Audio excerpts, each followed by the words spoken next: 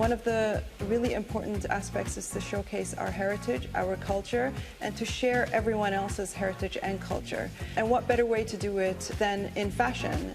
People donate the ingredients for food, and that's giving an opportunity for people to donate what they love, because it's a value in our religion also.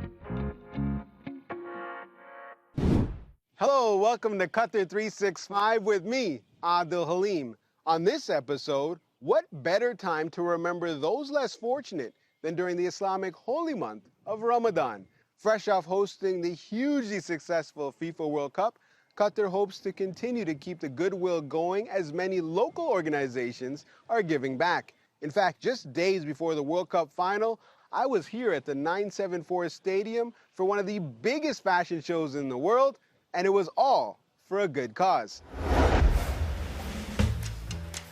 Wad Mohammed is putting the final touches on another one of her customized abaya designs.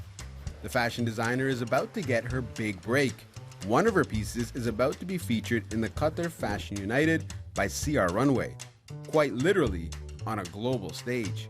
I feel honored to have been chosen to be part of this fashion show with such an eclectic collection of designers and people from all over the world. I'm going to be witnessing this fashion show and seeing our designs. Wad Designs was born in 2010, but not necessarily out of choice. I was a young graduate, fresh out of college, and I wanted a job opportunity that I wasn't able to get, so I created my own. That creation is putting a modern twist on a traditional garment. I design abayas, which is the traditional wear, which is similar to the piece I'm wearing. I inspire or get my inspiration from anything and everything around me, literally. Whether I see someone in a nice dress, wearing a nice cut, and then I try my best to kind of transform this into a more modest wear. Modest, but ready to showcase her talent on the world stage.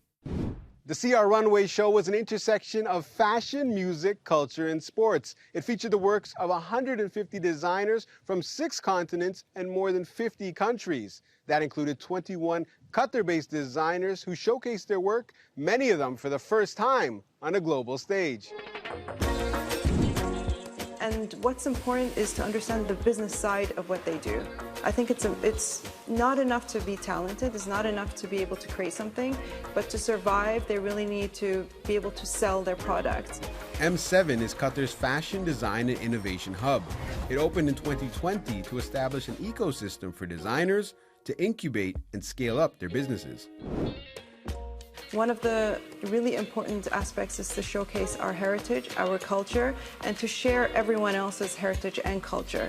And what better way to do it than in fashion, where it's a common language that we can all speak and we can appreciate each other's different backgrounds. And what better way to celebrate differences than by showcasing local designers at an event literally the size of a football stadium. It raised funds in support of education above all. The Qatar-based non-profit organization supporting millions of children in 59 countries. EAA is now over 10 years old, and it's absolutely forensically committed to protecting access to the right to quality education for the most marginalized people all over the world. EAA estimates there are around 60 million out-of-school children in the world, and that number is far too great for the non-profit organization to ignore. I think what stands out and why we're the perfect organization for this fashion show is we're global. So we ensure that all children anywhere, irrespective of characteristics such as race or religion or ethnicity, are treated as unique, important individuals who have the potential to really shine, and we believe that education is the key to that. The proceeds from the fashion show will go to a number of different countries, ranging from Tanzania and Somalia, all the way to Cambodia and Myanmar, and to projects in Afghanistan and Gaza. A perfect fit in line with Wad Design's vision. At the end of every year, we do a charity event. It ticked all the boxes, Literally, this fashion show ticked all the boxes for me. It also ticked all the boxes for the 20,000 plus in attendance for the sold-out show that transcended borders. The United Nations says damages from the devastating earthquakes that struck Turkey and northern Syria will exceed $100 billion. Soon after the first tremors were felt, the Qatar Red Crescent Society quickly mobilized to provide humanitarian aid to the region. On the sidelines of a recent United Nations conference here in Doha, I caught up with Fatima Abdeen, Qatar Red Crescent Society's disaster response specialist, to understand how the organization responded to the catastrophic natural disaster. Fatima, we're at the 5th United Nations Conference on the least developed countries being held in Qatar. Why was it so important for the Qatar Red Crescent to be present here? Firstly, thank you for inviting us in this interview. Qatar Red Crescent main goal is localization and how important it is for local people to take part in the project in their countries. Why? Because in time of crisis, the first people who will respond is the local people. And if we, as an aid organization, we will have to leave the country, the local people will be the one who will be continuing the project and will take over the distribution of items or for the long sustainable development of their own country. So the international community was gripped by the difficult pictures we saw from Turkey and Syria. How did the Red Crescent respond to the earthquakes? Firstly, the Qatar Red Crescent have operated the Disaster Management Center, Information Center, where people and volunteers gathered information about the crisis and what happened with the earthquake and how many people have been affected. And after that, immediately our team, field team that's in Turkey and Syria, have been assessing the needs for the people, and they have been distributing relief aid for the people there. And then Qatar headquarters, Qatar Red Crescent quarter, have been allocated $2 million for the people to provide them with aid. How many volunteers does the Qatar Red Crescent have? Currently, we have 27,000 volunteers in Qatar, and they had an amazing role in COVID-19 where they had to manage some of the camps for the people that they were quarantined.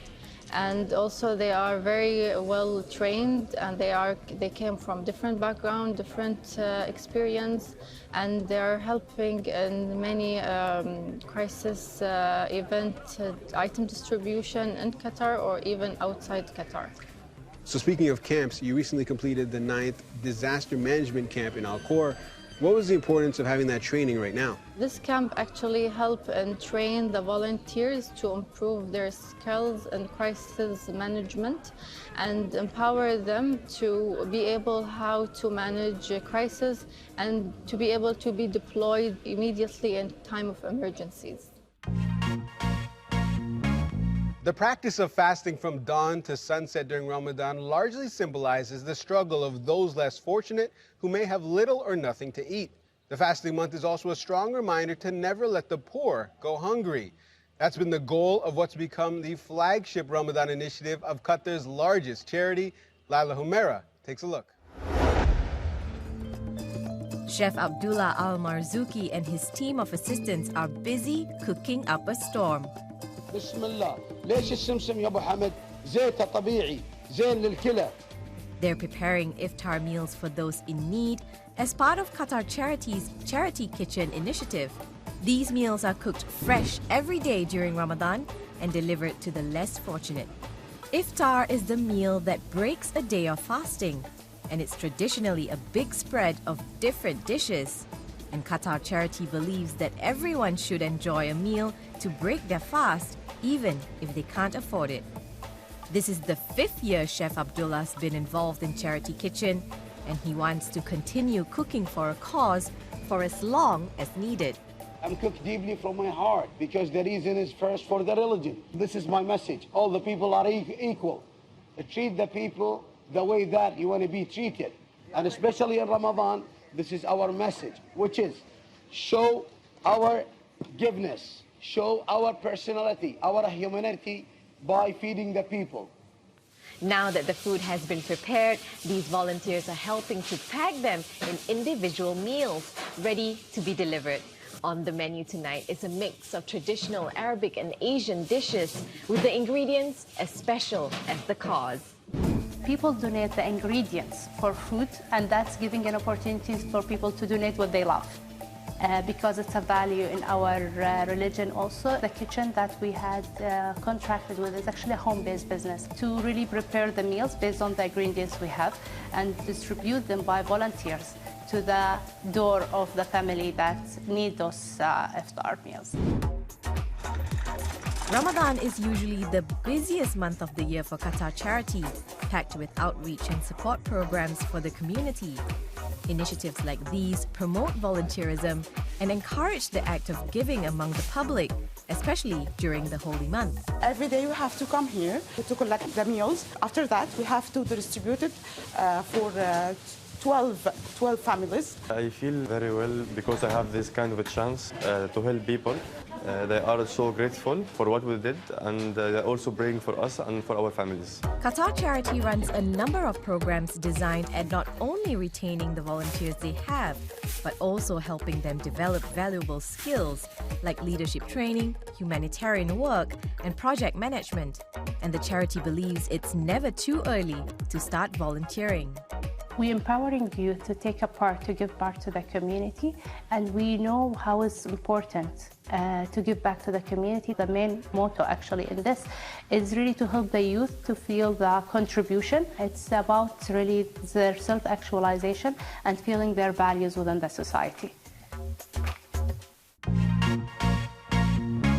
From international runway shows to humanitarian and Ramadan charity initiatives, we hope you enjoyed this episode of Qatar 365.